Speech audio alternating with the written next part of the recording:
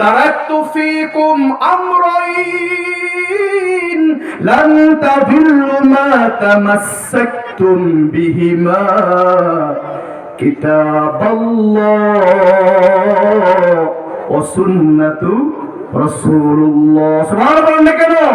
দুইটা জিনিস যারা আটকিয়ে রাখবে আমৃত্যু আজীবন, তারা কখনো পথভ্রষ্ট হবে না, শয়তান তাদেরকে আক্রমণ করতে পারবে না। তারা পরিবার থেকে নিয়ে পার্লামেন্ট পর্যন্ত তাদের দ্বারাই সব সেক্টর নিরাপদ থাকবে। একথা কে বলেন? সূরা ইকরা তাফসীর ভাষা পড়ে নেবেন। ইবনে কাসির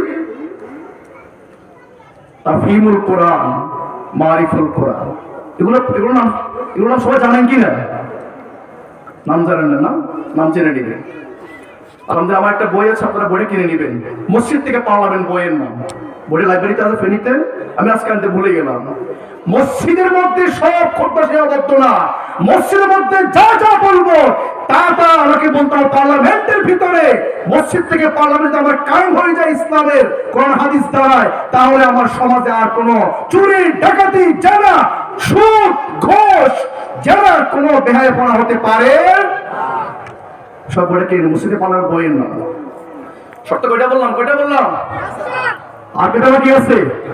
সময় আছে আর 5 মিনিট। আসে,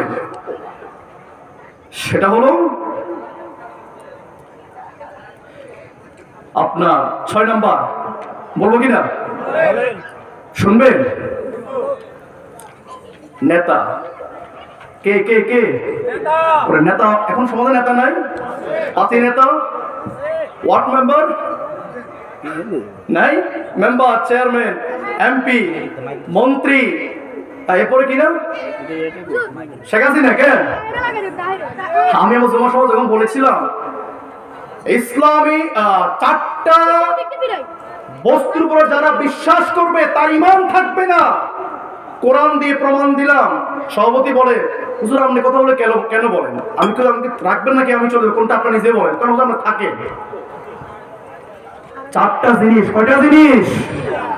আপনার এটা জানা দরকার আছে কিনা? 4টা জিনিসের উপরে যারা বিশ্বাস করবে